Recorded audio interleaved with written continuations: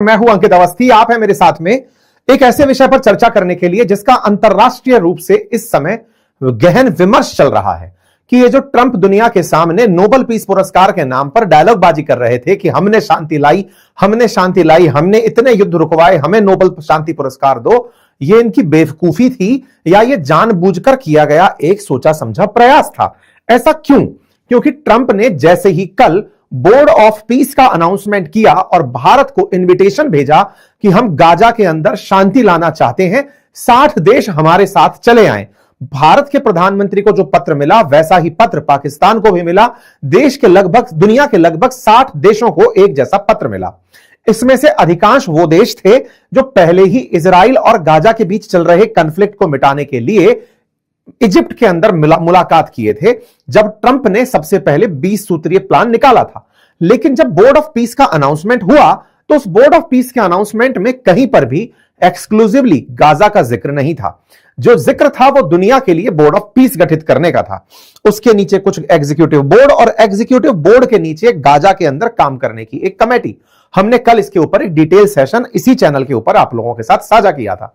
लेकिन उसी चर्चा में एक चर्चा जो सबसे एंड में उठी और वो ये कि बोर्ड ऑफ पीस के नाम पर कहीं यूएन को तो खत्म करने का प्रयास नहीं कर रहे। दुनिया भर में एक चर्चा छिड़ गई और चर्चा ये कि अमेरिका असल मायने में अपना खुद का यूएन बनाना चाह रहा है। अब ये यूएन क्या कहानी है, अपना यूएन बनाना चाह रहा है, इसका क्या मतलब है, आज डिटेल में इसके बारे में जिक्र करेंगे। क्योंकि अपना बोर्ड ऑफ पीस बनाकर यूनाइटेड नेशंस को खत्म करने की कवायद कर रहे डोनाल्ड ट्रंप असल में क्या चाह रहे हैं, इसको समझने के लिए इतिहास से लेकर अब तक के जितने भी पक्ष और विपक्ष हैं उनका डिस्कशन जरूरी है। लेकिन मैं आपको कुछ तथ्यात्मक संकेतक दे देता हूं जिन्हें आप पहले से ही दिमाग में जोड़ते चले, फिर ताकि हम आपके सामने इसकी पूरी पृष्ठभूमि को शुरुआत से समझा पाएं। कहां से यह कहानी शुरू हुई वहां से लेकर चले आए। देखिए, यूएन की स्थापना क्यों हुई थी, यह पहले मैं आपको बता देता हूं, फिर हम वापस स्थापना तक चलेंगे। दुनिया में द्वितीय विश्व युद्ध के बाद तीसरा विश्व युद्ध ना हो इसलिए यूएन की स्थापना की गई थी। द्वितीय विश्व युद्ध जब समाप्त हुआ 1945 में, तब विजेता राष्ट्रों ने डिसाइड किया कि अब कोई गुटबाजी नहीं चलेगी और हमको कोई भी युद्ध नहीं लड़ना है। ठीक है साहब, अगर द्वितीय विश्व युद्ध के बाद आज तक थर्ड वर्ल्ड वॉर नहीं हुआ तो इसकी बड़ी प्रासंगिकता यूएन की मानी जाती है। लेकिन आज भी तमाम जितने युद्ध चल रहे हैं इन्हें एक भी यूएन की बॉडी ने रुकवाने की योग्यता हासिल नहीं की। युद्ध रुकवाने के नाम पर जो व्यक्ति उतर कर आया, जिसने ढिंडोरा पीटा, उसका नाम डोनाल्ड ट्रंप है। चाहे झूठ हो या सच हो, वो दुनिया में यह कहता फिरता है कि मैंने 8 युद्ध रुकवा दिए। जिस यूएन को आपने बनाया था युद्ध रोकने के लिए, वो युद्ध नहीं रुकवा पाया, लेकिन अमेरिका में बैठे ट्रंप युद्ध रुकवा दिए। यह दर्शाता है कि यूएन तुम काम के नहीं, मैं काम का हूं। यह केवल एक कारण नहीं है, ऐसे वो तमाम कारण जिसमें आपने यूनाइटेड नेशन सिक्योरिटी काउंसिल में बैठे हुए 5 वीटो पावर्स में से एक को ही पावरफुल देखा, बाकी चारों लोग चूड़ियां पहनकर बैठे रहे।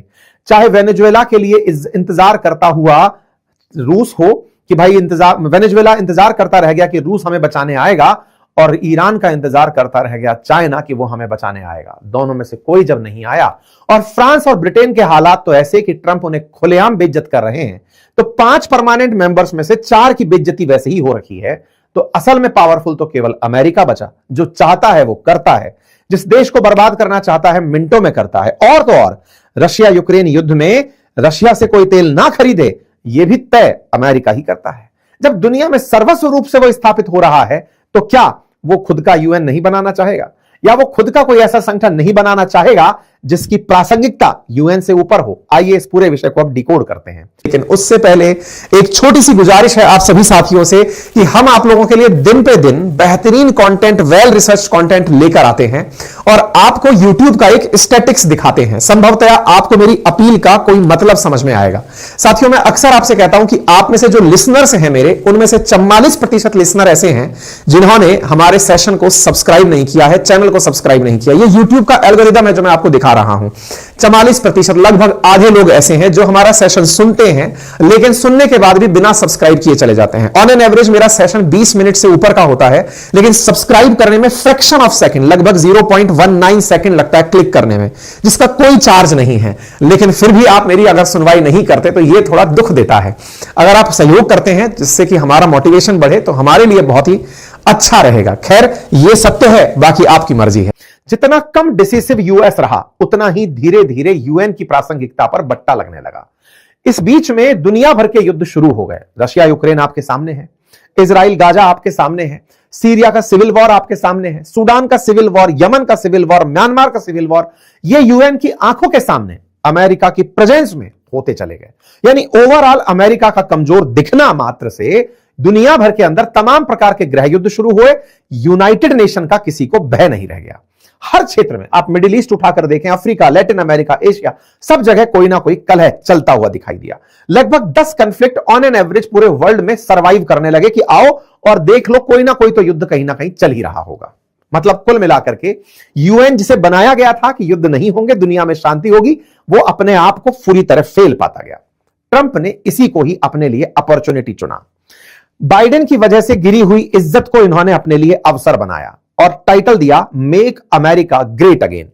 ट्रंप का ये जो आने वाला कालखंड था, जिसमें ये बार बार प्रचार इस बात पर कर रहे थे कि मैं मागा लेकर आऊंगा, मेक अमेरिका ग्रेट अगेन, वो असल में अमेरिकियों की जो बेइज्जती हो रखी थी उसको बदले में बदलना था कि मैं बताता हूं कि क्या किया जा सकता है। भाई साहब, ट्रंप इलेक्शन कैंपेन में उतरते हैं और अमेरिकियों को विश्वास दिलाते हैं कि मैं अगर आ गया तो फिर देखो क्या करता हूं। सबसे पहले ब्रिक्स कंट्रीज को धमकी दी गई कि सुनो ब्रिक्स कंट्रीज, अगर गलती से तुम लोगों ने सोचा भी कि हम अपना डॉलर के मुकाबले कोई दूसरा रुपया ले आएंगे, 100% टैरिफ लगाऊंगा, अमेरिका की तरफ देख नहीं पाओगे।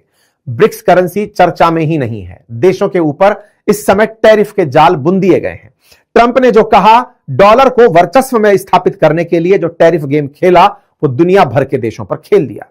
जो भी देश अमेरिका के साथ हाथ में हाथ रख के चलना चाह रहा था, अमेरिका को अपना जैसा समझ रहा था, उन सब के फैसले ऑन द स्पॉट कर दिए गए। ट्रूडो जो बाइडेन को बिल्कुल अपना मानकर चल रहे थे, इन्हें बताया गया कि तुम अधीनस्थ हो हमारे, इनकी सत्ता खा गए। जितने भी देश साथ में थे, चाहे मित्र थे, चाहे शत्रु थे, चाहे गुट में थे, चाहे नाटो में थे, जो भी थे, सबको पनिशमेंट, टैरिफ पनिशमेंट कि अमेरिका अगर नहीं होगा तो तुम लोग सरवाइव नहीं कर पाओगे।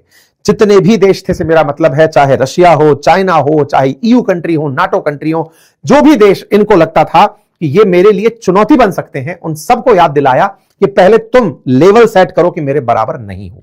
सब पर टैरिफ की भरपूर भरमार कर दी गई। इस पूरे खेल में ट्रंप असल मायने में यह दिखाना चाहते थे कि अकेला अमेरिका एक तरफ अगर खड़ा रहे और वर्ल्ड सब एक तरफ हो जाए तो भी उसका कोई कुछ नहीं बिगाड़ सकता। इन्होंने बाकायदा इसे सिद्ध करके दिखा दिया। रही सही जब इन्होंने अपनी हार्ड पावर दिखाने के लिए वेनेजुएला से मादुरो को उठाया और उसके बाद कोई निकल कर नहीं आया, तो यह सिद्ध हो गया कि अमेरिका खुद चाहेगा वो कर सकता है।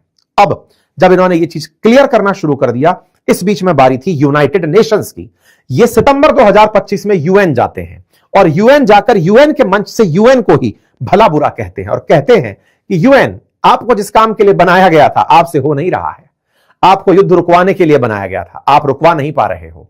आपको इमिग्रेशन जैसी प्रॉब्लम रुकवाने के लिए बनाया था, आप नहीं रुकवा पा रहे हो। और तो और आपकी वजह से तो प्रॉब्लम्स बढ़ रही हैं, क्योंकि आप इमिग्रेंट्स को बकायदा क्रेडिट कार्ड देकर दुनिया के देशों में भेजते हैं। आप अपने काम में फेल मार गए हैं।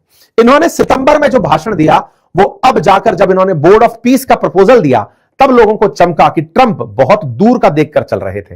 वो यूएन में बैठकर यूएन को क्रिटिसाइज ही इसलिए कर रहे थे कि यूएन, आपके पास 5 परमानेंट मेंबर थे, आप दुनिया में युद्ध नहीं रुकवा पाए। मैं अकेला खड़ा था और मैंने 7 महीने में 7 युद्ध रुकवा दिए। मैं शांति का राष्ट्रपति। ये जो नोबेल पीस पुरस्कार की बात कर रहे थे, असल में ट्रंप को पीस पुरस्कार चाहिए ही नहीं था। वो दुनिया को दिखाना यह चाहते थे कि शांति की मैं बात कर रहा हूं। शांति चार्टर में डली है यूएन के। यूएन का जो लेटर है उसमें लिखा है शांति यूएन लाएगा। वो चूंकि अमेरिका ला रहा है, दुनिया के जबान पर ये डलवाना चाहते थे कि दुनिया वालों, अमेरिका ने शांति स्थापित की है। जिसके हाथ में दंड है वही शांति ला सकता है, और अमेरिका वो करने में कामयाब हुआ। चाहे चाइना को चुप कराना हो, चाहे रशिया के साथ ट्रेड ब्लॉक कराना हो, दुनिया में जहां तहां, चाहे फ्रांस के ऊपर धमकाना हो, सब तरफ करने वाला अगर अमेरिका है, तो फिर मैं यूएन की जरूरत क्या रखता हूं? मुझे जरूरत क्या है 5 लोगों को बनाकर रखने की? मैं अकेला ही काफी हूं। और यही ट्रंप करने में कामयाब हुए। इन्होंने बकायदा यूएन को जो क्रिटिसाइज किया था, बकायदा बता करके कि युद्ध रुकवाने में यूएन नाकामयाब रहा और मैं कामयाब रहा हूं। मैंने टैरिफ लगाकर दुनिया को बता दिया कि शक्तिशाली कौन है, और तो और मैं खुद तय करता हूं कि अब मुझे किस पर राज करना है, किस पर नहीं। और इसी क्रोनोलॉजी में अब ये जो बोर्ड ऑफ पीस लेकर आए हैं, ये असल मायने में यूएन का रिप्लेसमेंट तैयार कर लाए हैं। मैंने कल जब अपने सेशन में आपको गाजा की बारी करके सेशन सुनाया था, तब यह जानकारी दी थी कि गाजा के लिए बोर्ड ऑफ पीस जरूर दिख रहा है, लेकिन उसमें गाजा की बात ही नहीं हो रही। इजराइल को तो दूध में से मक्खी की तरह निकालकर साइड में रख दिया कि तुम्हारा तो जिक्र ही नहीं है।